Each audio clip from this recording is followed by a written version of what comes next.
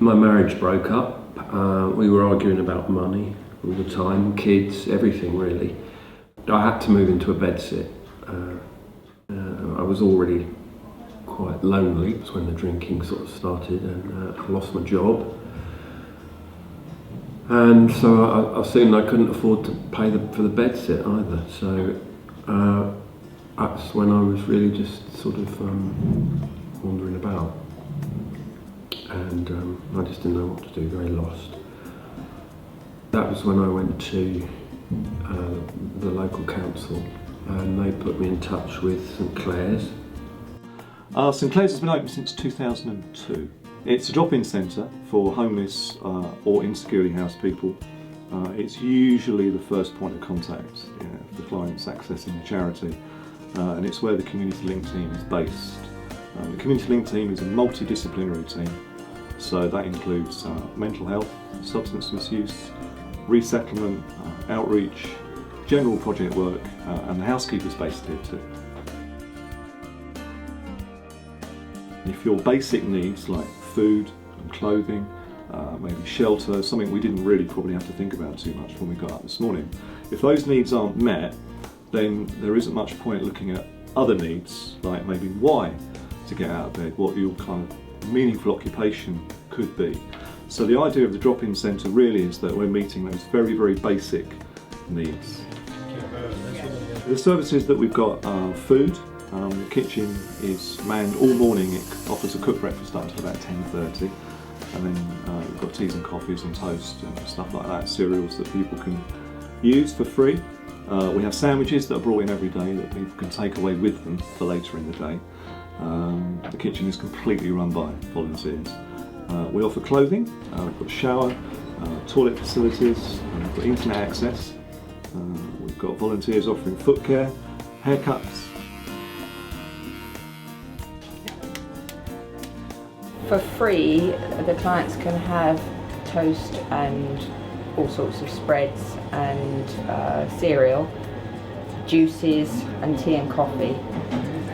They can pay for a cooked breakfast, which consists of a sausage, egg, bacon, tomatoes, hash browns, baked beans, and that's 40p. The second day was a lot easier really.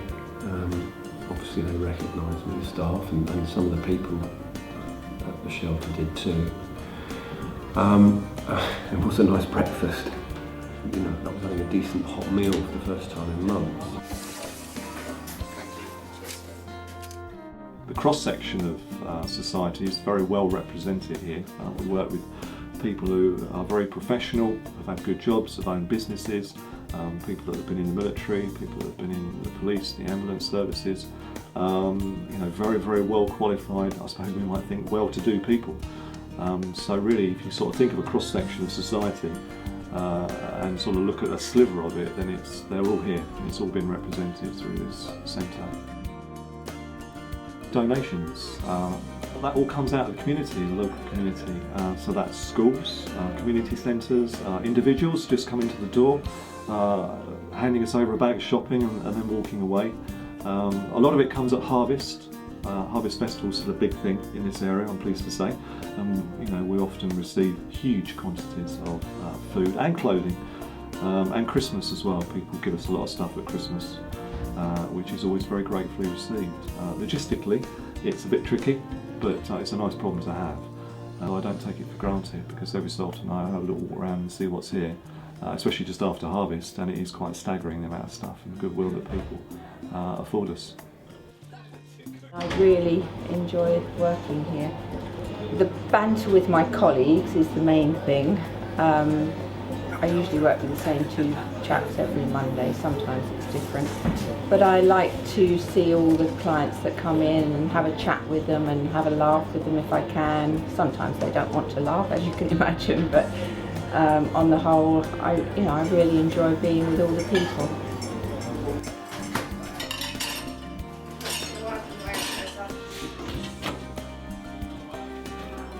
Once we've closed our drop-in for the morning, the team continues to work really all through the day. That can be doing one-to-ones, with individuals, and doing group work. We run an art and games group, we've got a music group, we've got some acupuncture that we can offer here through our substance misuse worker, we've got a hearing voices group, and we've got a pre-tenancy group that we run. Most of those are on a weekly basis. The underlying principle really is about engagement, and I did realise recently that we've had people that have come in here at the drop-in and haven't either wanted to go into a hostel or haven't known what they want to do, and actually the groups have been a really nice way of offering another form of engagement. So for example, the music group, we can put some instruments around, and whereas someone might feel a bit awkward going into a music shop and picking up a bass or a guitar and having a go and looking a bit stupid, like I think I would feel, it's a safe environment. We just put some stuff around and they can have a go, and we found actually that's just another way of being able to engage with people and have a bit of fun at the same time. You can all get a bit sort of heavy, but the idea is that we can have a bit of fun. And I guess the essential rule is about engagement. We're not a cafe, we are a drop-in service that can offer a lot of support and a lot of different skills to people. So the ethos of the charity, and it's really our underpinning rule, is about making changes to secure a healthy future. And that's really what we're looking at. That kind of underpins everything that we do. So we're really looking for even just the slightest degree of motivation that we can work with, so we can look at helping someone make those changes. We are conscious that people can come in and not really know what they want, and some people may not even know quite who they are in their crisis. We can offer support around that. We're just looking for some motivation, some sliver of engagement. We're not going to tell you what that change should look like, because I don't really think that's down to us to do. And we've got a very low threshold of engagement as a service. And we can work with people on a number of levels, whether it's very, very simple or whether it's very, very complex. We can refer people to local housing providers as well as our own hostels. We can be a conduit for a number of things, really, being a drop-in. So the first morning I came to St Clare's I was really shocked, because it was far busier than I thought it would be. Some people said hello to me, and some of the helpers asked me a few questions, some of the staff, and they gave me a lot of advice, and they said they'd try and find me a bed,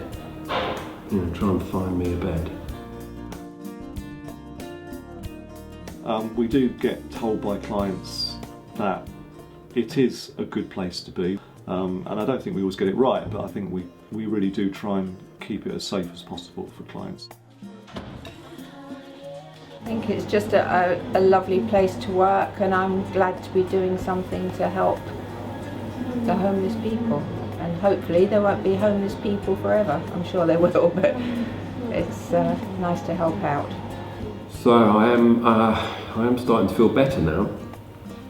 Starting to get it together. It's baby steps.